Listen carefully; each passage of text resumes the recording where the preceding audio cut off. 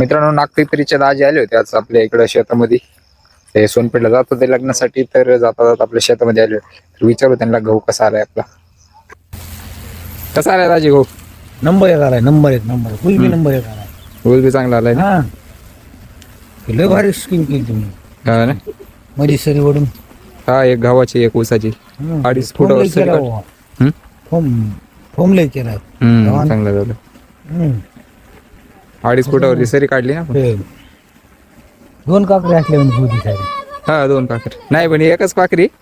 पण दिसायला ते जरा दाट झाल्यामुळे नाही का चांगला आलाय गहू. तर मित्रांनो, बघा कसा आलाय गहू आपला. आता एक शेवटचं पाणी किंवा आणखी एक पाणी लागेल गव्हाला. त्यानंतर काढण्यासाठी गहू येईल. जवळपास 10 ते 15 दिवसामध्ये काढायला येईल गहू.